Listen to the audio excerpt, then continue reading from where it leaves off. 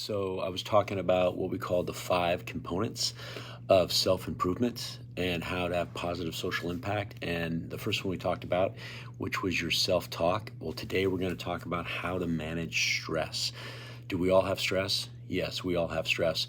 And one of the things that happens when you're stressed out is typically you're going into that spiral of anxiety. And that's not good for the chemistry in your body either because that heightens the cortisol, puts you into what we call a fight or flight mode. And your heart rate variance gets very short. And we don't deal with that very well. It's also not healthy for us. It's not so much the stress that's not healthy for us, it's not being able to release the stress. So, a couple things, a couple tools for you. Number one, is whenever you're worrying about something typically that creates that anxiety or stress, the first thing you have to ask yourself is the worry real and is it factual, right? So many times what we'll do is we'll start worrying about things before there's something to worry about because we get into that mode of catastrophizing or what if. You see that happen a lot. So you want to ask yourself, is this real, right? Is this something really something that I should stress about, or is this something that I'm creating in my mind? And then how do I control it? And one of the ways to control it, a couple of tools that I find that help me, one is to sit down and journal about my stress and really write down, is it real? Is it factual? What do I know? What can I control?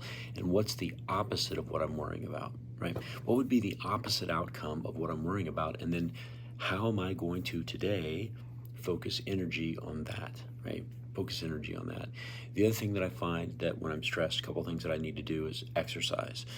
If I will get my exercise in every day, if I get good sleep, if I watch what I eat, and then I get out in nature, right? I get out in nature. The other thing you can do is you can talk to somebody who is in your support group or in your reference group, if you will, that's that positive person, that person that gives you maybe a different perspective.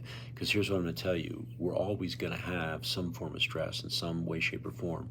But if we can't work through the stress and release it, that's when it gets really negative for us. And there's some people that just carry stress with them all the time, and that is not a healthy thing to do. So how do you get rid of it? Journal about it, face it, ask yourself, is it real? Is it factual? Or am I creating this and manifesting this in my head? I used to love it. My dad would always say, hey son, why don't we worry when we have something to worry about? And that was a great point that he made because he said so many times what we'll do is we'll start worrying about things when they never come to fruition. In fact, I think it was Mark Twain that said, 75% of the things that I worried about never happened. So keep that in mind, right? And learn how to know and feel when you're feeling that stress, and then know what the things are you can do that will allow you to release it. Very, very important thing to think about. All right, everybody. Hey, make it a great day. Be awesome. Help somebody. Talk to you later.